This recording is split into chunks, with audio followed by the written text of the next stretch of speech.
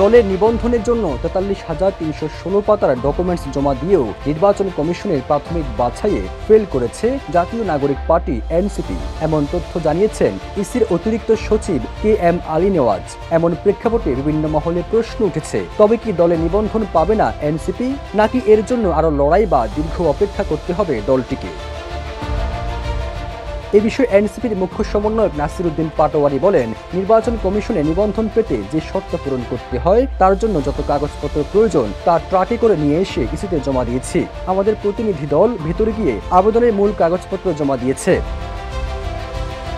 তবে ইসির অতিরিক্ত সচিব আলী নেওয়াজ জানান, প্রথম ধাপে ৬২ দলকে চিঠি দেওয়া হবে। এক্ষেত্রে ১৫ দিনের মধ্যে যেসব ত্রুটি বিচ্যুতি আছে তা পূরণ করতে হবে। এর আগে নিবন্ধন শর্ত পূরণ করতে যেসব কাগজপত্র প্রয়োজন ট্রাকে করে সেগুলো নির্বাচন ভবনে জমা দিয়েছিল এনসিপি, কিন্তু নির্বাচন কমিশনের প্রাথমিক বাছাইয়ে উত্তীর্ণ হতে পারেনি দলটি। ফলে এনসিপি সহ বাকি দলগুলোকে ১৫ দিন সময় দিয়ে ঘাটতি পূরণে চিঠি দিচ্ছে নির্বাচন কমিশন। ওয়ালটন এখন দেশের সীমানা পেরিয়ে পৌঁছে গিয়েছে ৫০টিরও বেশি দেশে। ওয়ালটন, ঘরে ঘরে বিশ্বজুড়ে। নতুন দলের ক্ষেত্রে ইসির নিবন্ধন পেতে বেশ কিছু শর্ত রয়েছে।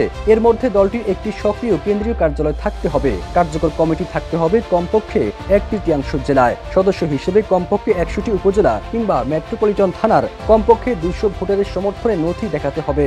দলীয় প্যাডে দরখাস্তের সঙ্গে দলের গঠনতন্ত্র, নির্বাচনী ইশতেহার, দলের বিধিমালা, লোগো ও দলীয় পতাকার ছবি, দলের কেন্দ্রীয় কমিটির সব সদস্যের নামের তালিকা জমা দিতে হবে। আবেদন পাওয়ার পর নির্বাচন কমিশন তা যাচাই বাছাই শুরু করবে। নিবন্ধন শর্ত পূরণ করতে পারলে দলীয় প্রতীক সহ নিবন্ধন সনদ দেওয়া হবে। বর্তমানে নির্বাচন কমিশনে নিবন্ধিত দলের সংখ্যা ৫১টি। সবুজ আলম, ইত্তেফাক।